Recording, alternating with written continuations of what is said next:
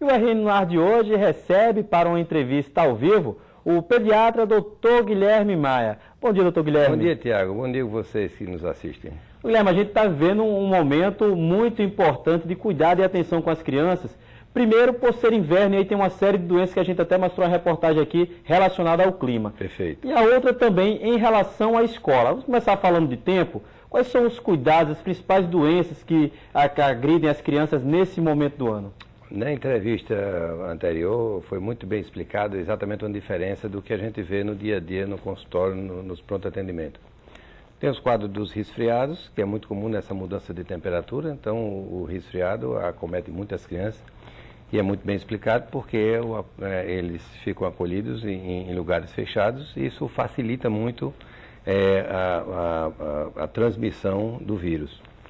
E uma outra coisa diferente, mas que na fase inicial se assemelha ao quadro resfriado, que são os quadros alérgicos.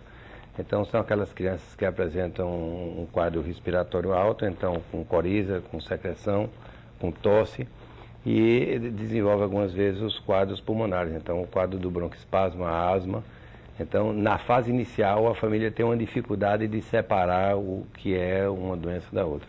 Eu, particularmente, por ter criança em casa e com esse problema de asma, a gente vive e chega um momento que a gente nem vai mais para o médico, é direto, já tem aquela bombinha com medicamento. Isso é correto? Ou mesmo a doença se repetindo, o ideal mesmo é voltar ao médico para ter essa reavaliação? Essa pergunta é interessante porque assim, o que a gente mais pede à família é para que não seja feita a automedicação.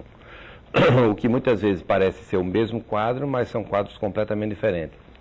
Existe uma situação em que você identifica que a criança seja alérgica, que tem um quadro de asma, um quadro repetitivo. Então, naquelas crianças em especial, a gente orienta para que, tendo um broncodilatador, essa bombinha que você citou, ela possa ser usada em algumas situações de uma tosse bem determinada. Mas, a rigor, a gente pede para que as famílias não mediquem as crianças. Então, no surgimento dos sintomas, a criança vai bem, faz uma medicação sintomática, oferece mais líquido, tem aqueles cuidados básicos e, a princípio, não leva ainda ao médico.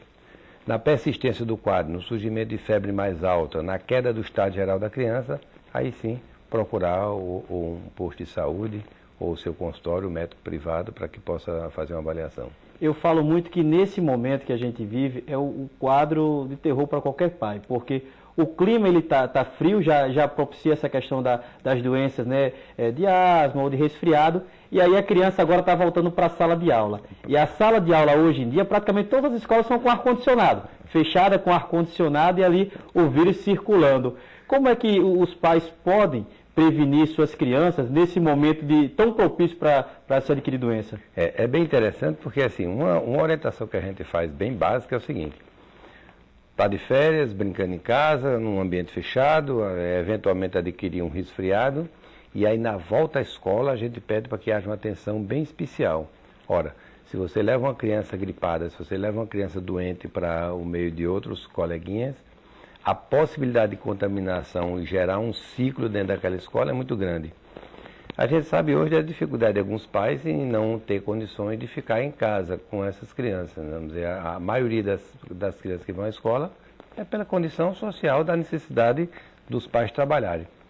Só que aí a responsabilidade, então você tem que ter o cuidado de saber se você tem uma doença que possa ser transmitida a outras crianças, então evitar a todo custo que essa criança frequente a escola.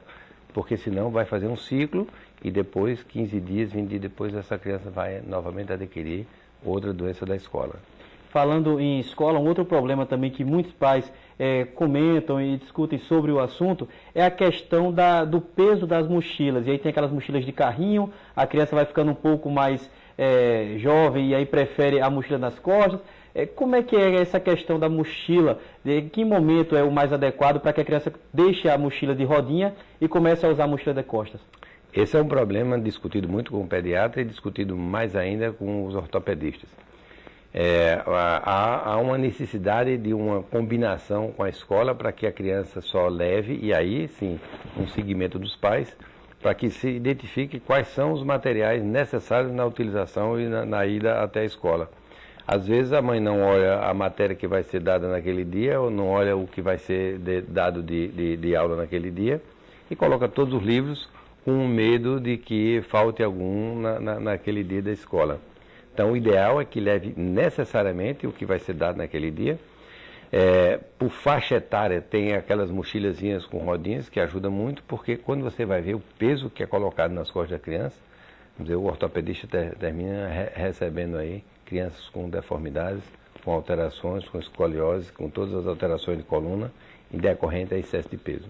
A gente falando, voltando um pouquinho para as crianças, né, saindo dessa coisa da ortopedia, mas no consultório pediátrico, hoje, qual é a maior demanda que o senhor tem recebido de crianças, com que tipo de problema? Esses dias agora, sem dúvidas, os resfriados comuns, né? Aquelas crianças que começam com uma coriza, com uma febre, com uma congestão, com um mal-estar.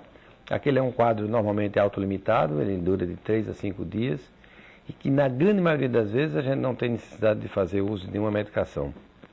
Hoje, a utilização da limpeza do nariz, ou essas substâncias isotônicas que a gente utiliza para lavar, elas são extremamente úteis, porque lava diminui aquela produção de secreção espessa que pode eventualmente infectar. Isso é muitas vezes o suficiente para chegar e passar aqueles 2, 3 dias. Quando você tem uma criança menor, uma criança com a temperatura mais alta, você faz um monitoramento e eventualmente você pode orientar a família a fazer o uso do antitérmico. Mas a princípio, nessa primeira fase, a observação, o aumento de líquido. Hoje a gente faz um ajuste na alimentação, sabendo que um dos grandes problemas da família, da mãe principalmente, não é nem a febre, é a falta de apetite. Então a falta de apetite nessa fase aí é um sintoma extremamente comum e tem que ser respeitado, sabendo que aquele ali é autolimitado, em 2, 3 dias ela vai voltar a se alimentar de novo. O senhor já falou aqui, mas eu queria reforçar, porque muitas das vezes quando a gente tem uma criança em casa, um filho, uma filha, que qualquer doença se leva para o hospital para o médico ver logo. E nesse caso, por ser um momento sazonal, né, a questão das temperaturas mais baixas, nem sempre é preciso, às vezes até mesmo nem é tão recomendado que você leve logo no primeiro instante. Essa é uma coisa que a gente sofre muito em Natal, se você for fazer uma estatística, os prontos-socorros da cidade, entre 80% a 85% dos casos que chegam à urgência, eles não deviam estar na urgência.